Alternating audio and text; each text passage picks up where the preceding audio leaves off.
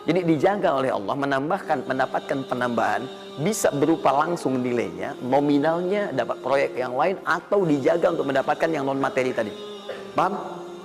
Maka saya katakan pada Anda,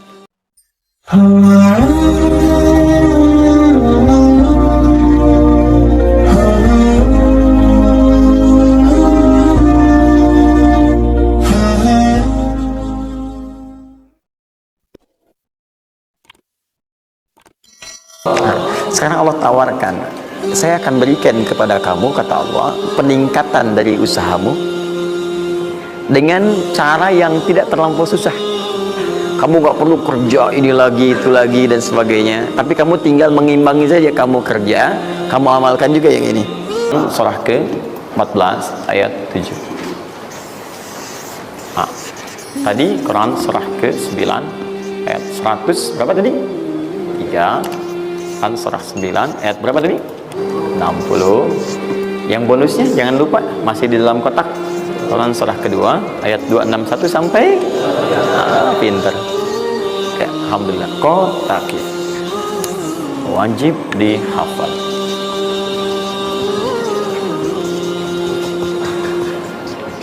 Maksud saya di akhir pasti ada yang foto. Saat foto itu kalimat ini harus muncul. Jangan di capture, jangan di crop, jangan di crop.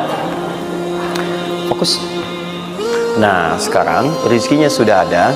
Bagaimana Anda mendapatkan akselerasi dari peningkatan? Ya, baik sifatnya kuantitasnya ataupun juga nilainya.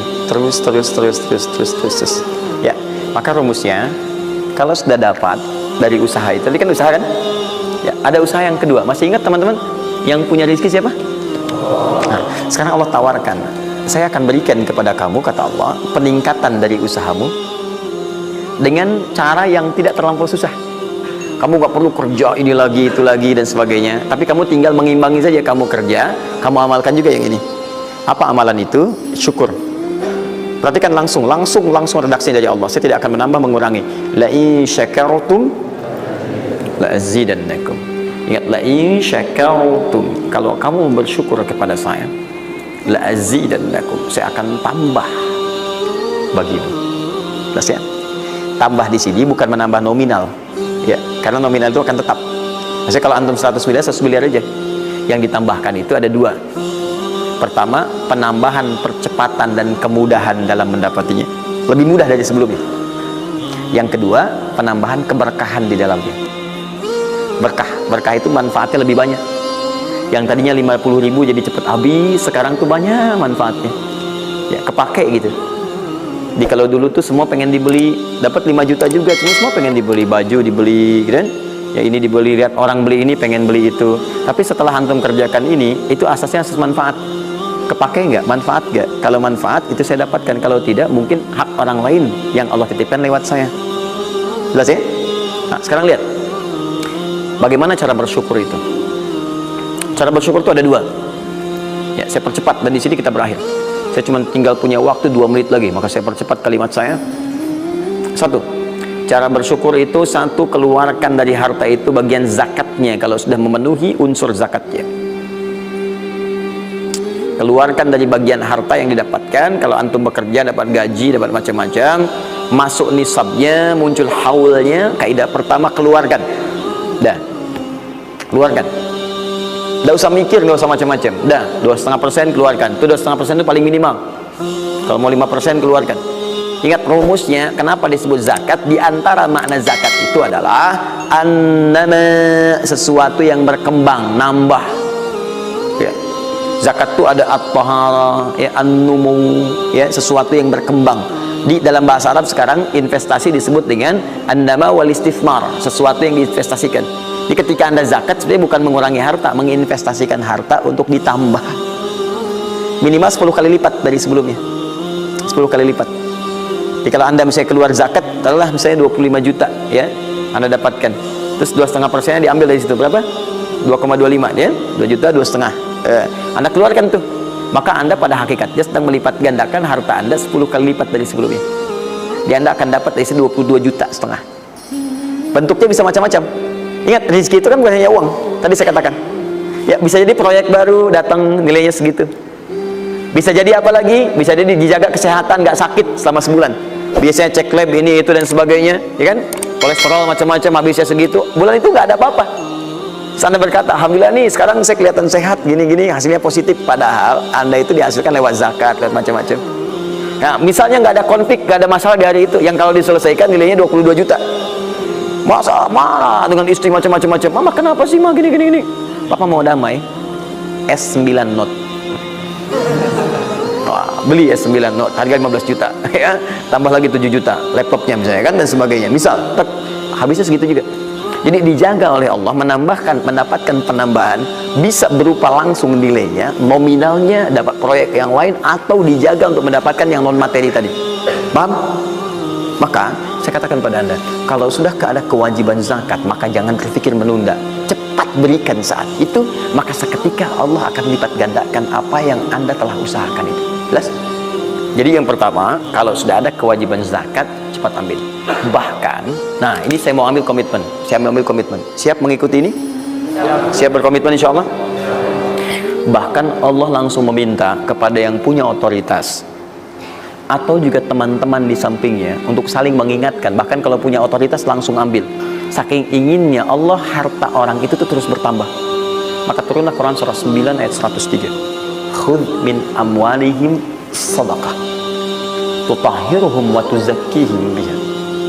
Muhammad, kalau dia lupa atau yang lain, ambil aja deh. Ambil aja. Ambil dari harta dia itu kalau sudah mencapai nasabnya. Nisabnya sudah ada, haulnya sudah sampai, ambil. Apa tujuannya? Sedekah. Perhatikan, zakat disebut dengan sedekah. Sedangkan sedekah tidak disebutkan dalam rumus bahasa kecuali kullu ma'rufin sedekah. Semua yang baik-baik disebut dengan sedekah.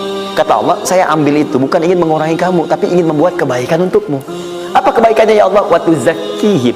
Tuzakki dari kata zakat yang punya arti dua tadi, menyucikan jiwa, plus yang kedua menambah apa yang telah kamu dapatkan itu. Jadi kamu tuh jangan nanti kotor hati kamu karena terlampau banyak ini, fokusnya ke situ banyak tapi kamu nggak pakai.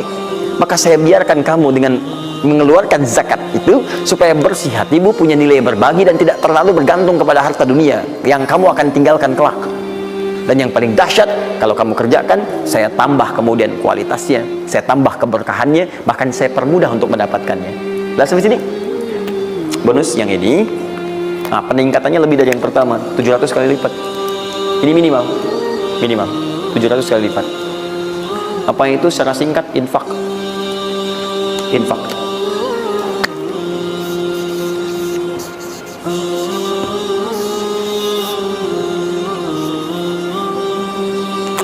Sudah?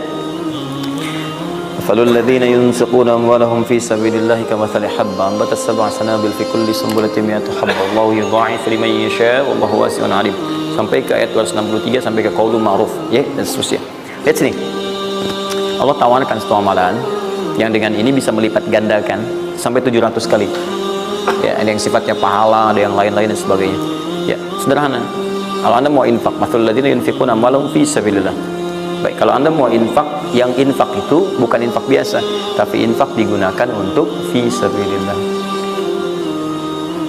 Fi sabilillah. Ini bukan zakatnya. Kalau zakat jelas sifatnya kewajiban. Zakat itu nggak bisa nawar, harus keluar. Tapi infak tidak. Infak itu dibagi dua, ada yang wajib, ada yang sunnah. Infak di sini bicara yang sunnah. Ya, infak wajib itu infak dari suami kepada istri dan keluarga. Infak, ya, itu infak. Singkatannya nafkah. Nafkah itu infak. Dari mana dalilnya Ustaz? Quran surah keempat ayat 34. Ar-rijalu qawwamuna 'alan nisa bima faddalallahu ba'dahum 'ala ba'din wa bima anfaqu min amwalihim. Ya, suami punya kelebihan dibanding perempuan, diberikan kekuatan oleh Allah untuk berusaha mencari nafkah. Nafkah itu bahasa Qurannya infak. Di antum itu memberi infak pada keluarga wajib. Wajib. Ya, tidak apa-apa ibu berdoa minta yang banyak, Bu. Minta. Suami dimudahkan, itu janji Allah kok. Jangan minta sedikit, Bu, minta yang banyak. Minta yang banyak. Karena antum, teman-teman, mencari 1 juta. Tapi ibu menjadikan 1 juta itu cukup untuk sebulan. Itu nggak mudah. Ya, maka berpartner di situ. Ya, saat suami keluar atau ibu yang berbisnis sekarang dan sebagainya, bermohon kepada Allah minta kebaikan. Ya, tapi spesial untuk kepala keluarga, ketika dia mencari nafkah itu Allah berikan nafkah untuk satu keluarganya. Ya, kalau ibu yang punya hobi bisnis dan bukan pencari nafkah, itu yang diberikan cuma rezeki ibu aja di situ. Ya, sepanjang dia bukan pencari nafkah. Tapi kalau pencari nafkah, itu semua rezeki keluarga diberikan di situ. Nah, saya tuliskan dulu supaya fokus ya. Infak ini, kalau Anda mau keluarkan di jalan Allah, maka ada 5 golongan yang utama. 5 golongan. 5 golongan itu, ini masuk ke dalam kotak tadi yang wajib dihafalkan. Tambahan. Quran surah kedua, ayat 215. Cepat, waktu saya tinggal 5 menit. Kalau Anda terlampau lambat, saya tidak akan bisa menyampaikan rumus cepat menghafalkan apa yang telah saya wajibkan. Ya, jadi fokus baik-baik. 5 golongan ini Anda nanti lihat Quran surah kedua ayat 215. Yas'alunaka madza yunfiqun qul ma anfaqtum min khair. Kalau punya mau infak, ya, rumus pertama Anda mesti keluarkan yang terbaik. Ya, yang terbaik, ingat, yang terbaik. Kalau uang sifatnya cari, jangan yang sudah kucel, nggak enak dilihat dan sebagainya. Cari yang paling bagus, yang ini itu yang diberikan. Ya, kalau makanan seimbang. Kalau Anda beli sama-sama hangat, jangan yang satu udah dingin, satu ini berikan pada orang, tidak. Kalau pakaian masih layak, bagus, ini berikan. Lihat baik-baik, pada siapa itu disampaikan 5 golongan. 1 lil walidain, orang tua. Orang tua itu cepat sekali. Anda nggak usah tunggu orang tua nelpon Anda, karena sifat orang tua nggak akan minta. Cuman kadang nanya kabar, apa kabar, gitu kan? Nah, cuma Anda harus paham kondisi seperti itu. Sama seperti Anda, mama tahu makannya nak ya, lapar ya. Waktu kecil kan begitu. Anda pun mesti bisa baca sinyal orang tua. Kalau udah telepon, nanya kabar tuh, gak usah ditunggu. Begitu Anda ada kelebihan, langsung berikan. Paham ya? Bahkan jadi wasilah nanti lain waktu kalau sudah waktu luas saya berikan gambaran. Bahkan saat susah pun, saat macam-macam pun, itu ada rumus, nanti berikan infak pada orang tua. Maka ketika orang tua mengatakan, ya Allah berkahi anak saya, mudah ya, itu langsung mengguncang arsy. Nanti saya tunjukkan hadis-hadis sahih dalam kajian spesifik nanti ketika kita masuk ke dalam babnya di riwayat Al-Bukhari dalam kitabnya Al-Adabul Mufrad. Bagaimana perannya orang tua begitu penting bagi keberkahan dan pencarian usaha kita. Ya. Kemudian wal aqrabin, kerabat terdekat.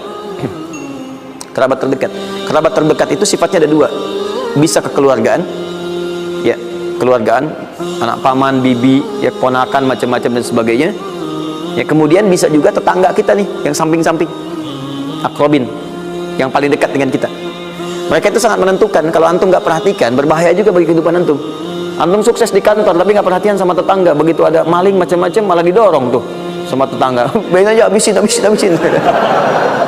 Bukan, memang nggak pernah perhatian sama kita, biarin aja gitu kan. Nah, itu kan yang repot ya. Wal yatama, anak yatim 3. Yatim itu cepat sekali. Tapi jangan berlebihan. Ya, nanti saya tutup lah. Yatim oleh masakin, orang miskin. Wabni sabil, orang yang kesulitan di jalan. Ya, orang yang kesulitan di jalan.